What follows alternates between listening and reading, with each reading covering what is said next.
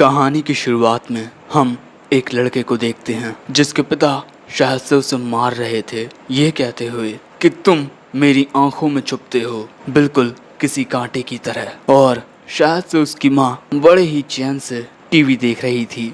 और तभी हमें पता चलता है कि हमारा मेन कैरेक्टर अपने बचपन को याद कर रहा था और इस वक्त वो अपनी स्कूल बस में बैठा हुआ है। और इसके बाद हम देखते हैं कि एक लड़की एक लड़के को समझा रही थी क्योंकि वो लड़का उसके साथ बदतमीजी कर रहा था। जरा देखो तो हमारी क्लास की अयाका को रोमांटिक नोवेल्स पढ़ना पसंद है और बस में बैठा कोई भी स्टूडेंट उन पर ध्यान ही नहीं दे रहा था। इसके बाद हमारा मेन कैरेक्टर तोका हमें बताता है इस वक्त हम सभी एक स्कूल फील्ड ट्रिप पर जा रहे हैं और बस में जो कुछ भी हो रहा है कुछ बच्चे ये देखकर हंस रहे हैं और कुछ इस पर ध्यान ही नहीं दे रहे। टीचर को भी इससे कोई फर्क नहीं पड़ता। अगर इस वक्त मैं इस लड़की की मदद करने की कोशिश करता हूँ तो शायद से मैं बहुत कूल लगूंगा, लेकिन सच बताऊं मेरे कुछ कहने या ना कहने से कोई फर्क नहीं पड़ने वाला। उस लड़की के बार बार कहने पर भी वो लड़का उसकी नोबल उसे वापस नहीं करता। इसीलिए तोका अब बीच में कुछ कहने की कोशिश करता है, लेकिन वो लड़का तोका को इन नजरों से देखने लगता है जैसे वो कोई मायने ही नहीं रखता। और इसके बाद वो उसका मजाक उड़ाने लगता है कि देखो भाई, लड़की को बचाने के लिए हीरो की एंट्री हो गई। लेकिन तभी क्लास के इलाइट स्टूडेंट्स में से एक कहता है उसकी बुक उसे वापस कर दो, जिस पर ये लड़का यामादा कहता है यार मैं तो बस इन दोनों के साथ टाइम पास कर रहा हूँ। वो दूसरा लड़का ताकू तो कहता है मुझे फर्क नहीं पड़ता कि तुम तोका के साथ क्या करते हो, लेकिन अयाका को उसकी किताब वापस कर दो। इसीलिए अब यामादा अयाका को उसकी किताब वापस कर देता है। लेकिन इसके बाद यामादा इस बात का गुस्सा क्लास के कमजोर स्टूडेंट्स पर उतारने लगता है। सो तभी टीचर उसे ऐसा करने से रोक देते हैं। वहीं तोका सोचता है मैं हमेशा दूसरों के मामलों में फंसने से बचता हूँ, लेकिन अभी जो मैंने किया वो शायद से उस सपने की वजह से है जो मैंने अभी देखा था।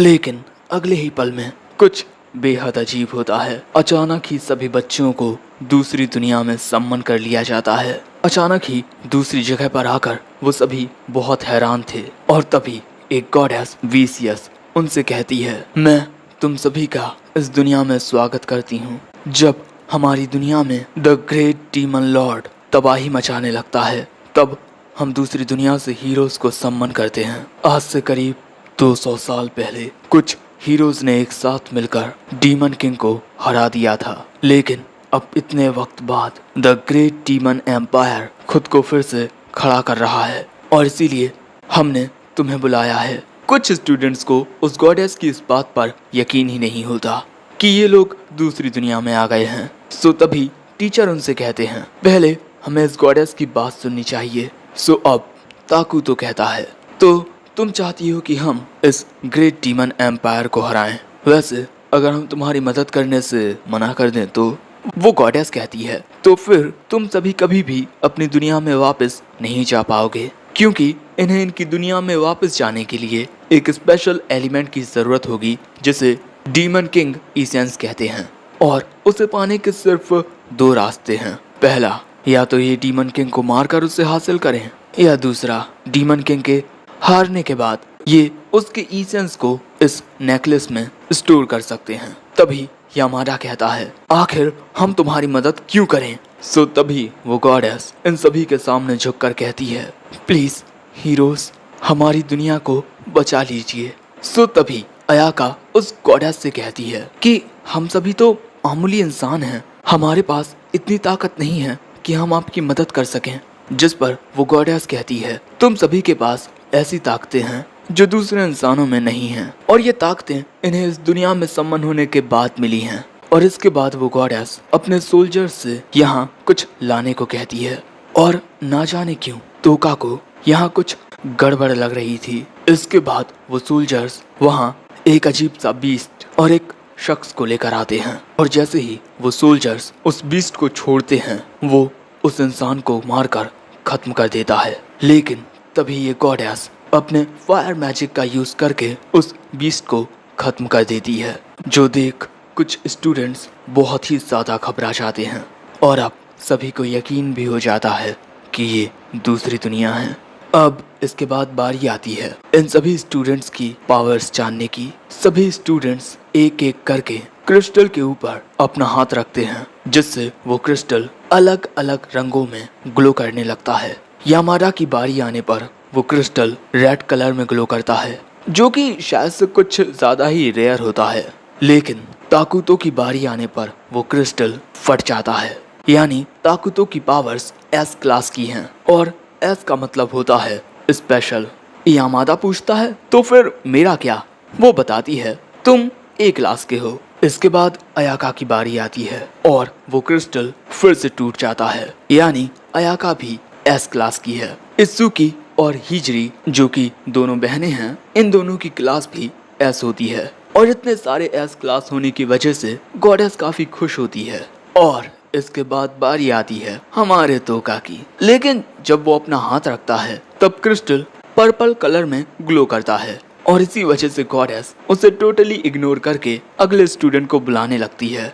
जो देख तोका सोचता है शायद से इस दूसरी दुनिया में भी मैं कुछ नहीं कर सकता। लेकिन तभी गॉडेस एक और स्टूडेंट की पावर देख हैरान हो जाती है। उसकी ताकत थी एक डार्क हीरो की, जो सबसे ज्यादा ताकतवर होता है। अब इसके बाद सभी स्टूडेंट्स को बताया जाता है कि वो किस तरह अपने स्टेटस को चेक कर सकते हैं, और स्टेटस देखकर इन्हें अपनी फिजिकल एबिलिटीज के बारे में पता चलता है। और यहाँ तोका के पास एक यूनिक स्किल होती है। यूनिक स्किल्स ऐसी स्पेशल स्किल्स होती हैं जिनका इस्तेमाल बस कुछ ही लोग कर पाते हैं, और स्पेशल स्किल्स को बाद में अवेकिन भी किया जा सकता है। लेकिन इन सब के बाद वो गॉडेस कहती है अब बस आखिरी जरूरी रिचुअल बचा है, तोका मेमोरी, प्लीज यहाँ आइए। और इसके बाद तोका को सोल्जर उस गॉडेस के पास लाने लगते हैं। तोका, तुम एक ई क्लास हो, सबसे ज्यादा लोएस्ट रैंक के हीरो, और जो लो रैंक हीरोज होते हैं उनकी वजह से स्ट्रॉन्ग हीरोज को दिक्कत सहनी पड़ती है।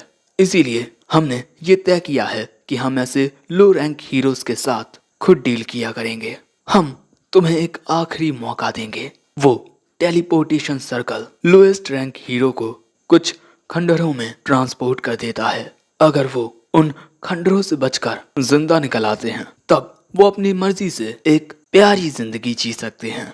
तोका पूछता है क्या वो खंडर खतरनाक होते हैं? गॉडेस कहती है हमने पहले भी कई दफा उन खंडरों में काफी सारे लोएस्ट हीरोज को भेजा है, और उन खंडरों को कहते हैं द र्यून्स ऑफ डिस्पोजल, यानी कि तोका की मौत पक्की है। इसीलिए तोका गॉडेस को बताता है कि उसके पास एक यूनिक स्किल है, लेकिन जैसी यूनिक स्किल तोका के पास है उसकी इस दुनिया में कोई कीमत नहीं है। इन शॉर्ट तोका की सारी स्किल्स कचरे से ज्यादा कुछ नहीं है, और इसी के साथ तुम्हारे स्टेटस इतने ज्यादा लो हैं कि तुम कुछ भी कर लो, ज्यादा ग्रोथ कभी नहीं कर पाओगे। ये बातें सुन तोका कहता है तुमने मुझे इस दुनिया में बुलाया और अब तुम मुझे मरने के लिए छोड़ रही हो। लेकिन तभी ताकुतो कहता है अपनी ये बकवास बंद करो, सभी लड़कियां बहुत ज्यादा थक चुकी हैं। अब इसके बाद बाकी के बच्चे भी कहने लगते हैं कि हाँ जल्दी जाओ और मरो। और तभी तोका के पास वो लड़का आता है जिसके पास डार्क हीरो की पावर है, और जब स्कूल में दूसरे लड़के इसे परेशान किया करते थे तब इसकी ओर दोस्ती का हाथ सिर्फ तोका ने बढ़ाया था। लेकिन यहाँ वो भी तोका की बेइज्जती करने लगता है, और इसके बाद उसे एक ट्रैश हीरो कहकर चला जाता है। और इसके बाद तोका को उन खंडरों में भेजने के लिए टेलीपोर्टेशन स्पेल कास्ट किया जाता है, और जब हीरोज दूसरी दुनिया में आते हैं तब उन सभी को कोई ना कोई यूनिक आइटम मिलता है, और तोका को वो गॉडेस ये घटिया सा दिखने वाला थैला दे देती है। और जब तोका की मैजिक पावर इस थैले में जाएगी तब इस थैले पर लगा क्रिस्टल ग्लो करने लगेगा।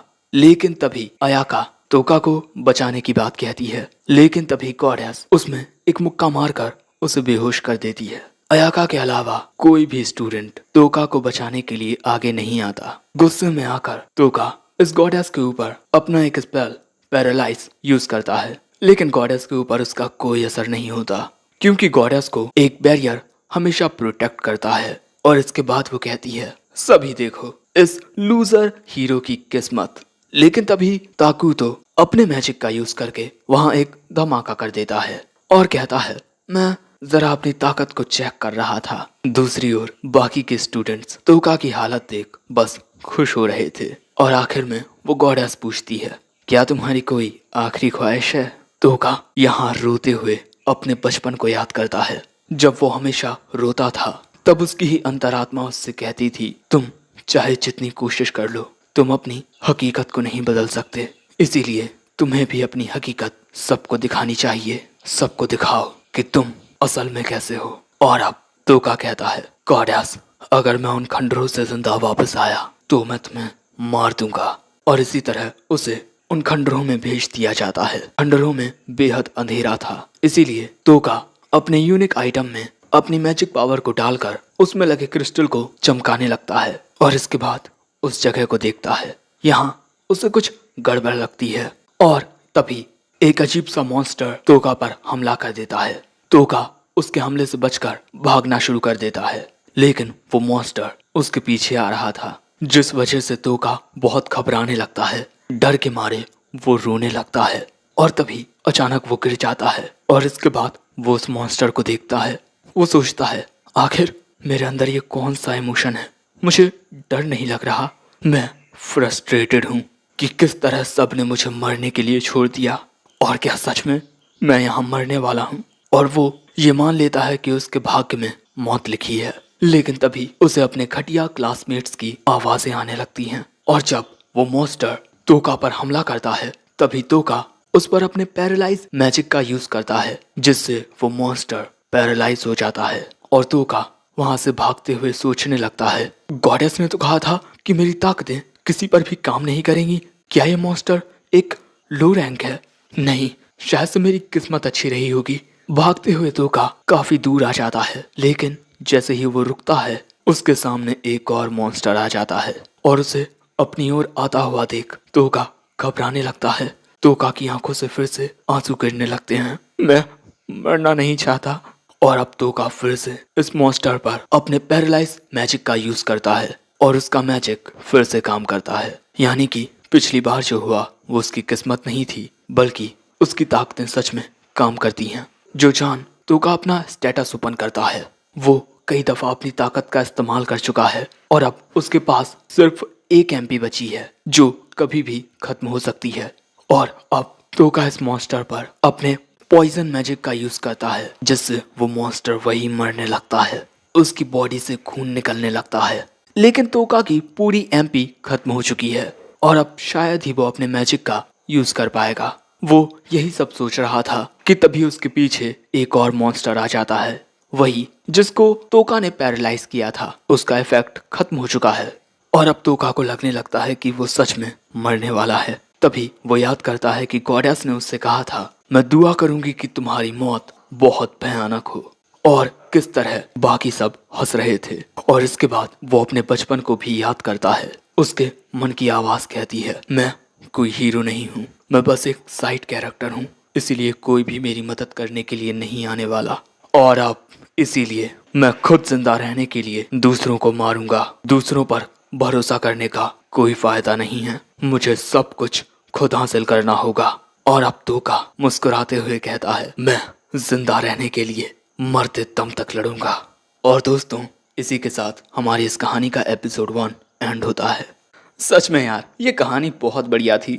तुम्हें कैसी लगी कमेंट करके जरूर बताओ। और क्या तुम इसका एपिसोड 2 देखना चाहते हो, ये भी बता देना। और इस वीडियो पर ज्यादा से ज्यादा लाइक करो ताकि इसका एपिसोड 2 जरूर आए। इसी के साथ इस वीडियो को अपने दोस्तों और परिजनों के साथ भी शेयर कर दो ताकि इस वीडियो पर अच्छा रिस्पॉन्स आए। और हाँ, इन द एंड, सायोनारा।